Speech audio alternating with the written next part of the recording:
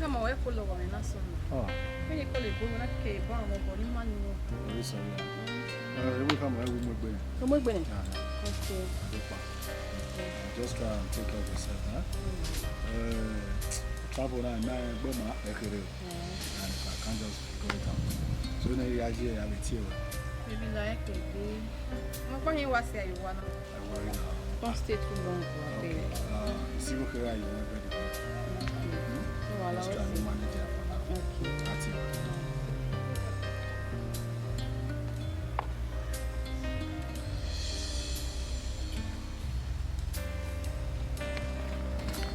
Because my phone, I had to take a best when you know what is in my area, they are putting my number above you, understand? We are putting manager. If no say no Yannick, a Ghana, and not the one white man back. How long we have paid? Big money, you're going to use it back. Deceptive only lady Mary. Yeah, the mansion the motiva. Iki business. Yeah, take when it was in Canadian, but you don't get Nigeria and you this dog. Then okay, no one money boss me. The boss me wa me pick based on saying your man winner. Man, I think me well, but you go ne. The boss me wa pick we go my win send there. I do bro, far. Just calm down. All those kind of issue. Been not woman, I will go all guy. If I be guessing anyway, my young body is getting on your time. Boss all guy. The next week, you may well be boss me what EG killer with my own money. Bro, so far, may you tell me how far. Hey, come on, where? The matty, the mum, even no hacking one way, and I kiss next year wise. Bros, the wise on you, boss, you may pick you almost to your way. Yes, I will know. I will just in what you're not again, a young man may why I degree. I don't make my heck or do I give it. You don't even know, you met his stay, an office stay. And I would, and then it buy a Ghana, then I. On Sunday, which is my birthday, at Barry Ghana. Yeah, my yeah, Barisha, young worry, my yard will get club late. We didn't tell you, no, I didn't do. No, I did do. But now we do get sis, and when me come, we do. I thought hacking is running business with you. We do have the boys, nearly a rich kid. So we flat in my rent without one. That's it, you go in the money, my mom did. Oh, God. Where to go? I for buy motor for you. Shema when you know what be. To do me. Fair reason. I like am be. Oh, so. But you don't get away. Also hard emotion. Also hard. Understand? When you know again, me na in Nigeria again. Me man travel. My way was deep. My girlfriend, my S girl. We got here again. So. So now with the base when everyone I call like but so he can win we are Ghana. Oh, my way of man, understand? Hey, boy, when we do our dating, my van banner, who doing no more, doing any more. Understand? Every time, mama, hey, boy, mama, down, but you need to just wash and understand. I understand. Let me share. Yeah, we will again. Anyhow. When you do you need any more, the family of this fresh palmy. Come on, baby. Master dear, master in wine.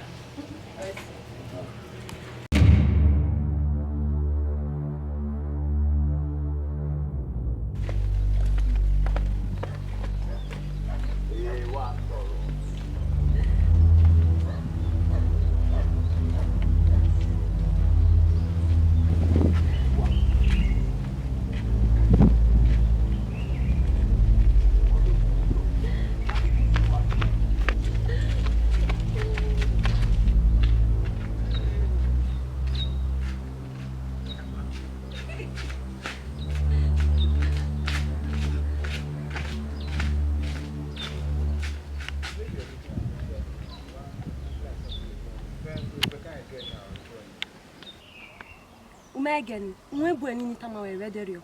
Ni supplies obona. That boy will be here. Any here? A girlfriend okay?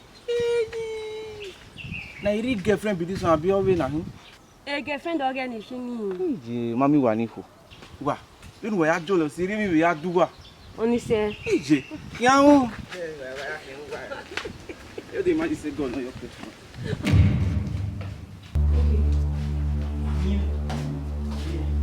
Why do come my way? Chote ba ni lele mburi ba. Ida. Wọ́n egbe me. Me man understand the way you have been acting strange lately.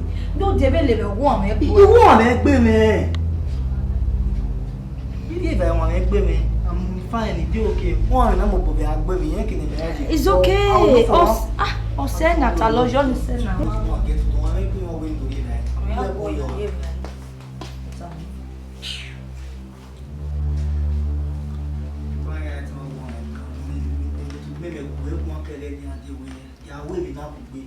Where here, why you from me months and months and where worry?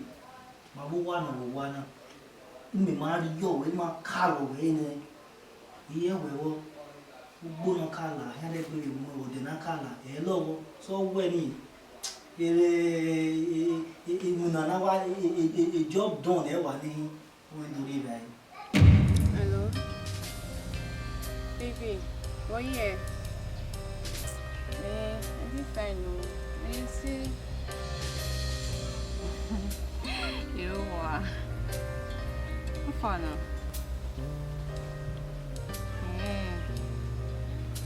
You already want me to see where they go with extra 4 days. Baby, only pologbe now. 4 days. Oh, baby, me miss you when now. Baby, 4 days is banning it now. Oh, baby. I'm tired though. I'm missing you.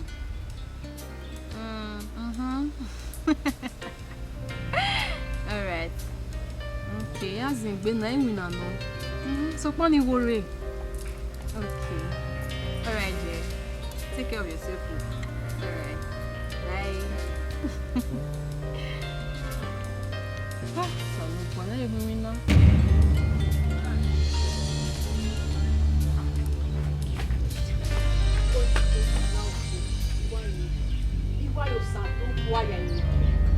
Ube no beg Betrayal.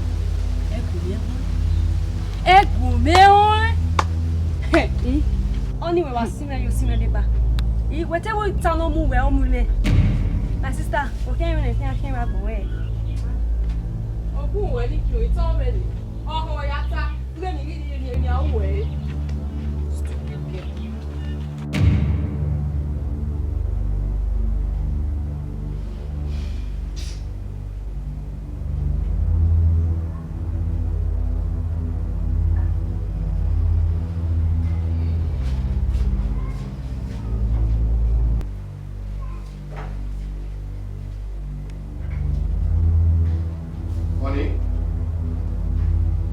Baby. Honey? Yeah, honey. What's on you? NEROW, you want to carry the way. NEROW. I hope you are okay. I'm very okay. You know you are acting. No well. Okay, since we're a yama. No one. Okay. You know what? No.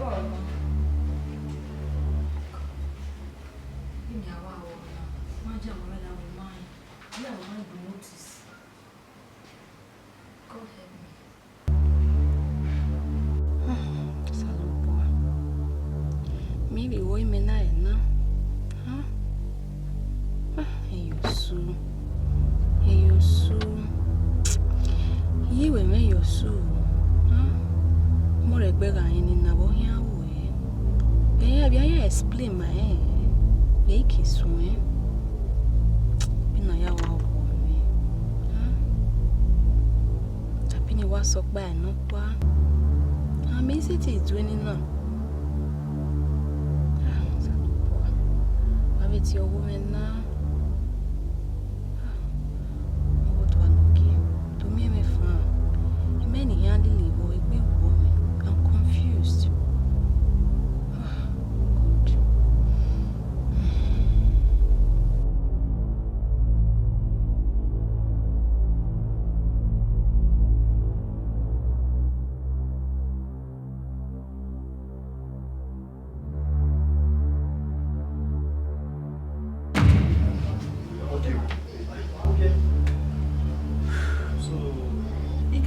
time I mean. One person who knew that the house we had a parlor now where the kind of mood no gaji or when me no understand though. Okay, you know that dinner we married right or till three right we married do so we na we might echo and we did ya one you know what's no Oh yeah, money for I don't have to know. okay ben no remember that you told him away.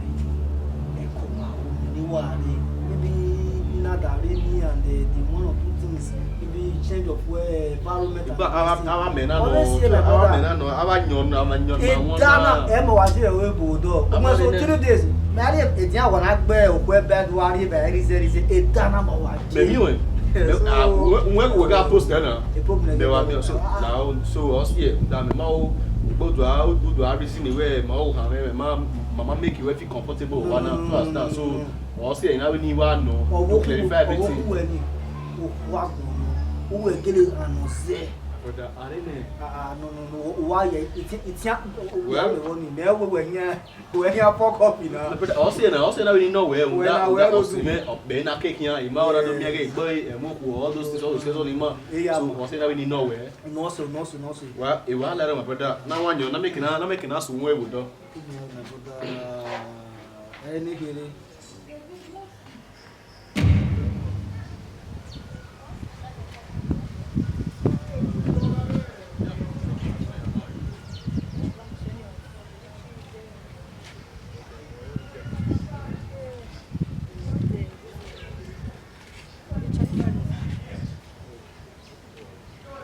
Yari Papa. So, now I kill him.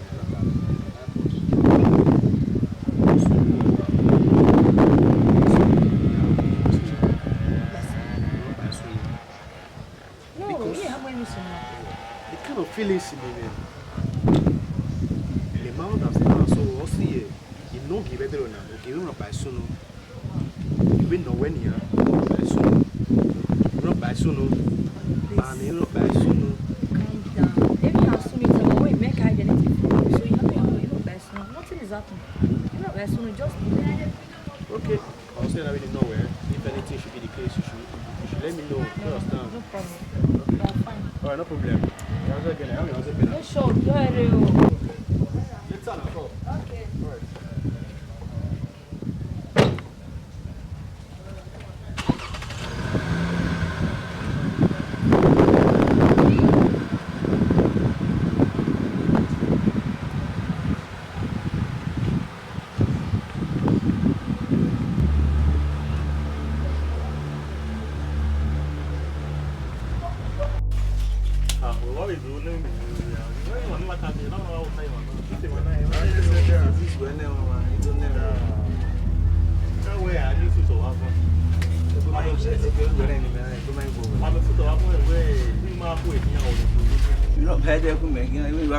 Stroke.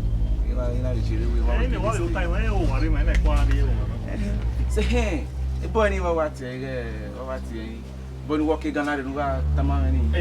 Yes, really me 4 days back in my we get mega stroke. Now I me we get but we see your boy and va akise gbe kan ku. Where me else no Ghana.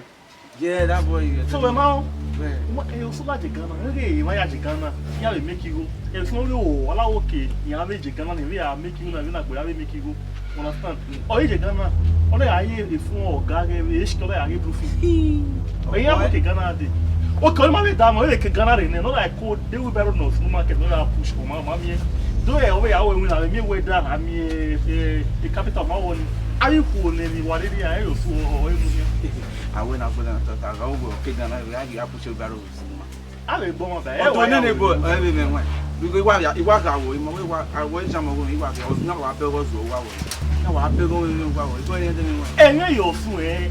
Yeah, I'm not reply. Mamma, no, I won't watch on you. Yeah, you're gallant, eh? Well, far see you. Oh, and then you make a say again, I'm said. Well, every I carry Ghana, oh, man. What will go? Let's go have one. You are Ghana. Imoto ni amurare no so boy na ya obo imoto ni abeji so fi ben zawo e so fi ben I have to Why you gonna hold me? But all the bunny, when okay, no matter what beg, I will not beg as well. Yeah, boy, yeah.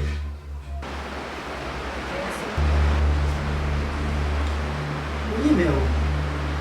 Yeah, we have the web way. Then when it's a time away, it could be a one, it cannot see lucky body with me. Our way game was soon. That boy and when the young walk in a man is soon knowing by the way. Together we know another you, Jerry. Only calm down. We are you know my way calling things in game, they didn't have them by the let me walk away, you wait to go away and what time of the way. No, do still when not for me or the ordinary, and also not to be whatever you get, just as so much. I know as my boy, let to be male when they block west or what. Then you get a so maybe what is this uniform for the only this character you are more. Where about deceive me? So what money for? That will not know there. No way. When you are what to go to where you show away, but from you when me, I guess in the Europe. A crayfish were here when I tell a big man. The mother you pay my money, you will walk away. 5 minutes anyway. Oh, what walk way? You have 5 minutes. Boom, out over. One over.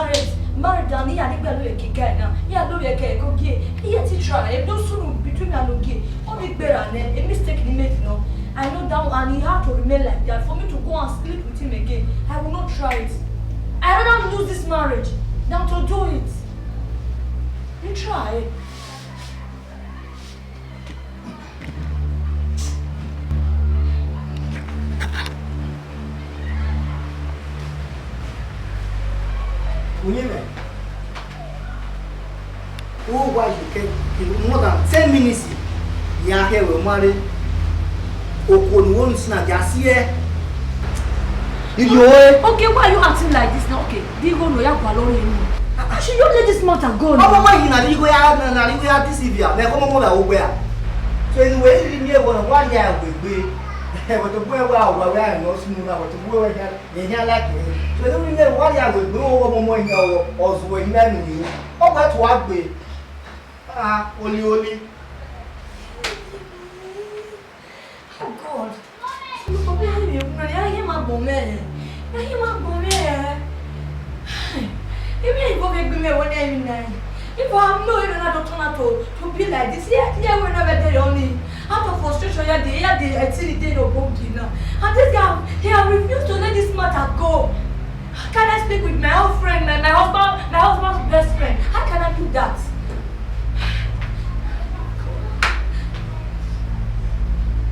Only boy here.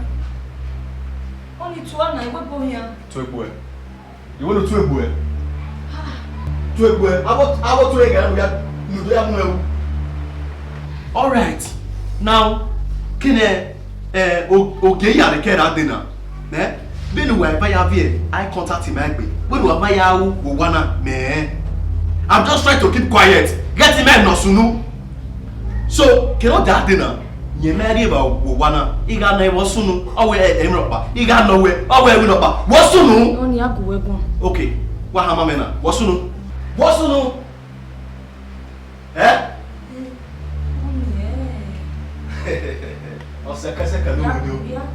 Okay, after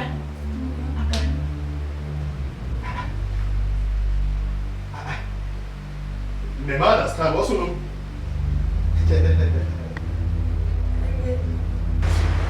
Taking the comment before he came away. Before he came away. Now say when you're okay. Because of your heartbreaking the government again. Probably what I wear, the heart of men are wicked. Michael, you are wicked. Now you made him here, Lily. Wow, man. Not kick him for in the board. Me my wear him no good me day after. Oma, no problem. I'll walk in there. This time around, it's eye for eye, tooth for tooth. Any guy no cross my path now.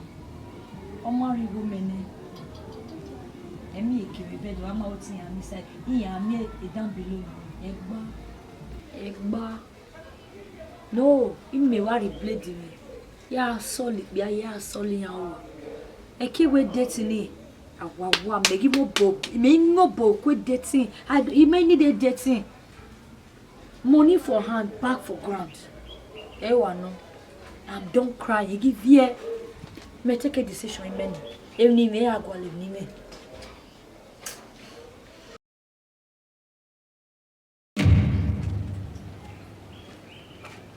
Mama, how far?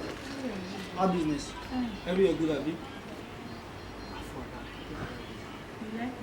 And now you dey whisper. You know she definitely I like her. You know say me and you like to dey see my friend girls. No stress now. She did good. You sure say she dey gay? She did good. I'm not there for you now. I don't get time for preaching, no. You don't know everything. She did good. Everywhere good, Abi. I trust you, Mama. No worries. I'll call.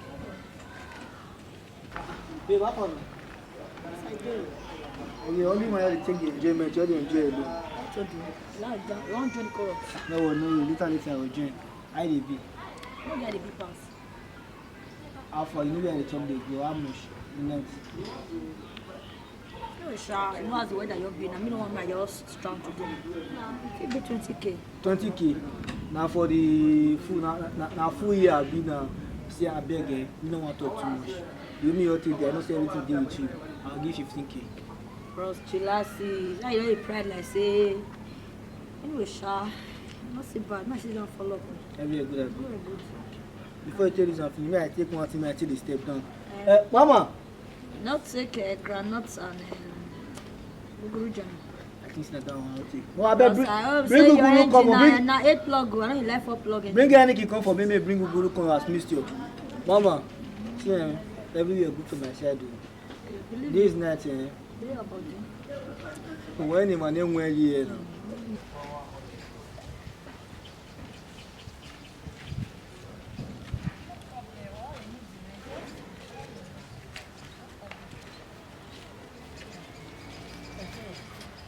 Yes, no, I'm not.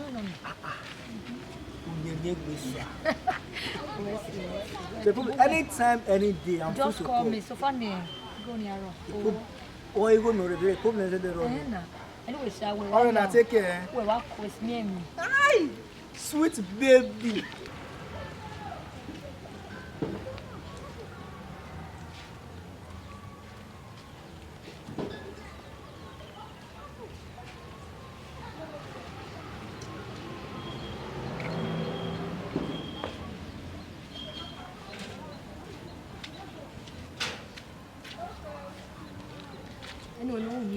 Wow, what's a fantastic name? Very unique. West. Yeah, they tell Onyo, but when you mean Onyo Wagbano. All right, so where we are, so you only keep it very long because again when I'm so you are seeing us. So like my metigua later. Okay, no problem. Right, no problem. Okay. 0 5 6 7 3 4 2 5 5 5. All right, that's you later on. Okay, no problem.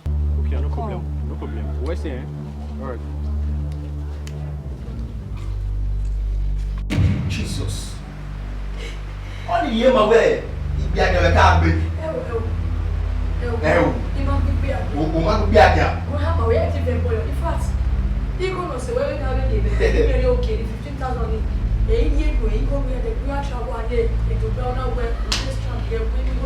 My God. And then you were soon to get that in. That was the only time I went. I swear.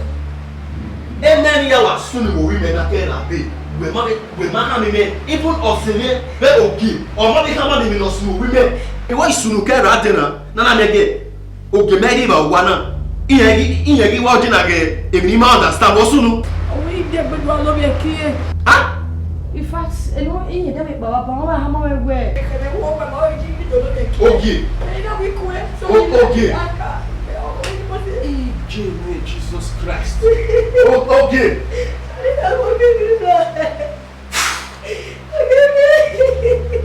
Okay. Fine.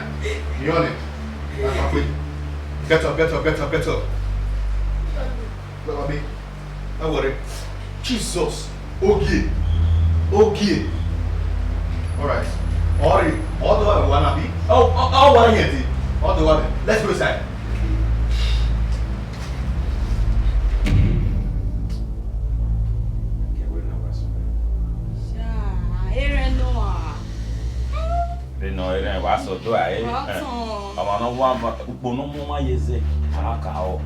So if you know me marry I want to know get our way. Yeah, I when you want one me. But he can make we dey me when I don't do to me. E mana do dey buare do do money agure. You don't know what do I do. Ah, yeah, so you that.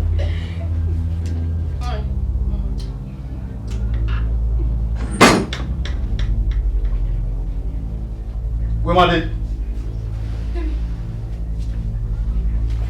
Dos. Where did it go? Don't move. Baby, that's enough. Yeah, no. Where am I? Where's that enough? Shit. Baby, no.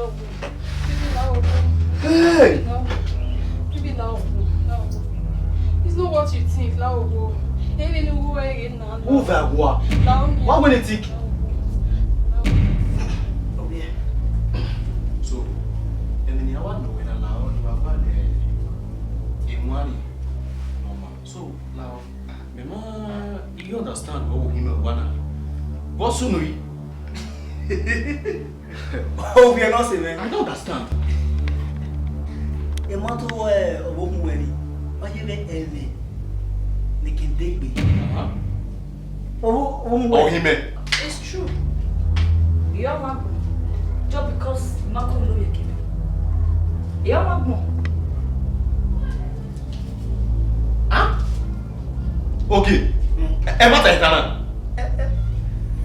That means you want to sleep with my wife.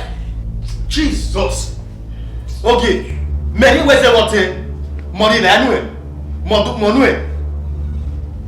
I will not aware. Look at the look of him. Alright.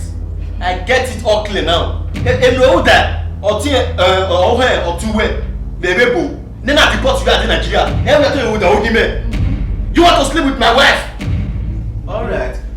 Problem error. Just a problem error to a problem error. Now I won't know any.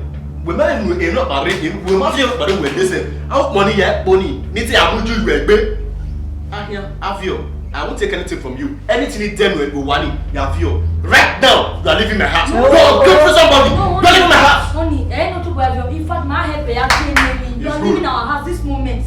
Right. Wow, I will marry my brother. We're gonna let you know the move, Maria. Hey, we have to do this. Don't worry. You are leaving my house right now. Okay, now. You are very ungrateful human being.